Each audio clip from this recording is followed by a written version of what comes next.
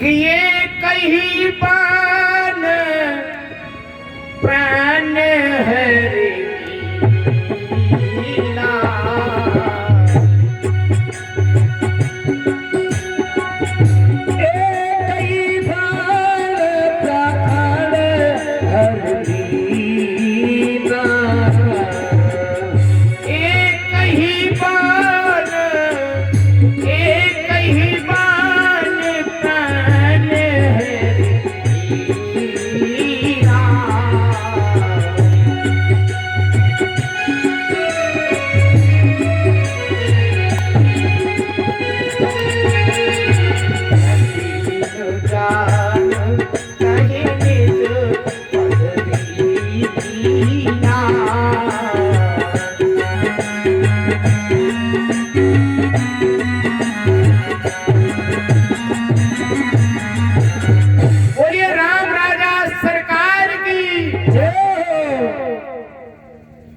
बोल गए पूरे तरीके से।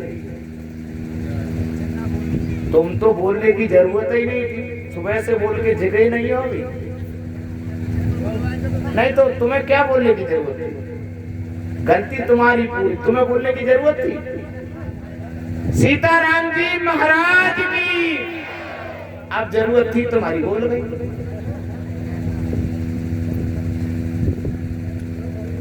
दीन जानते ही निज पद दीना। ध्यान से श्रवण करो। दीन, अब दीन क्या है? अब इसको दीन तुलसीदास जी लिख रहे हैं। जान, अब दीन तो वो होता है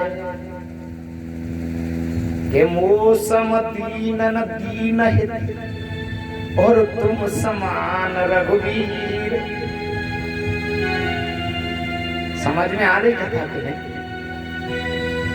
दीन तो वो होता है कि मौसम दीन न दीन हित। मेरे से बड़ा दीन प्रभु और कोई नहीं होगा।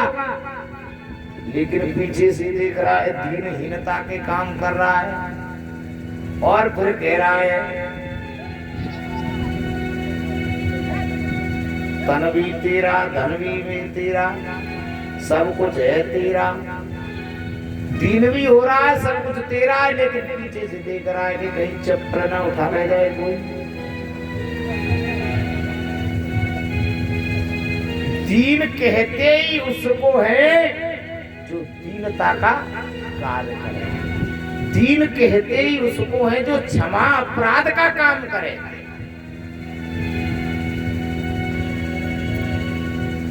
यदि क्रूर कसाई गौ की हत्या कर रहा हो और उससे मना कर दिया जाए, क्रूर ये गलत कार्य न कर, इससे तुझे पाप अर्जित होगा, यदि वो मान जाए तो उससे बड़ा दीन कोई हो नहीं सकता।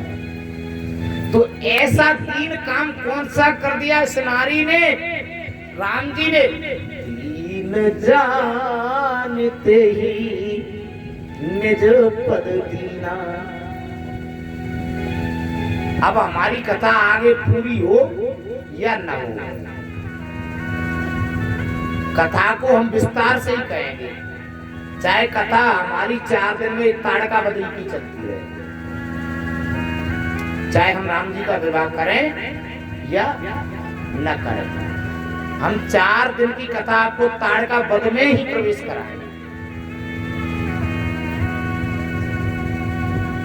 दीन जानते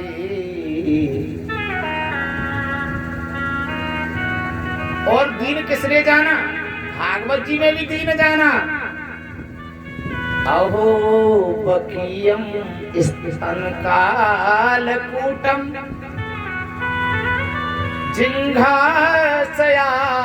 जिंघासयाप्यादप्य साध्वी लेवे गतिम धातृचितात्मतुल्यम किंबा दयालु शरणम ब्रजे हरिम। ये भी स्तनों में कालकूट विष लगा के आई है। कार्य मारने का करने आई है कन्हैया को कालकूट विष लगा के। लेकिन कन्हैया ने सोचा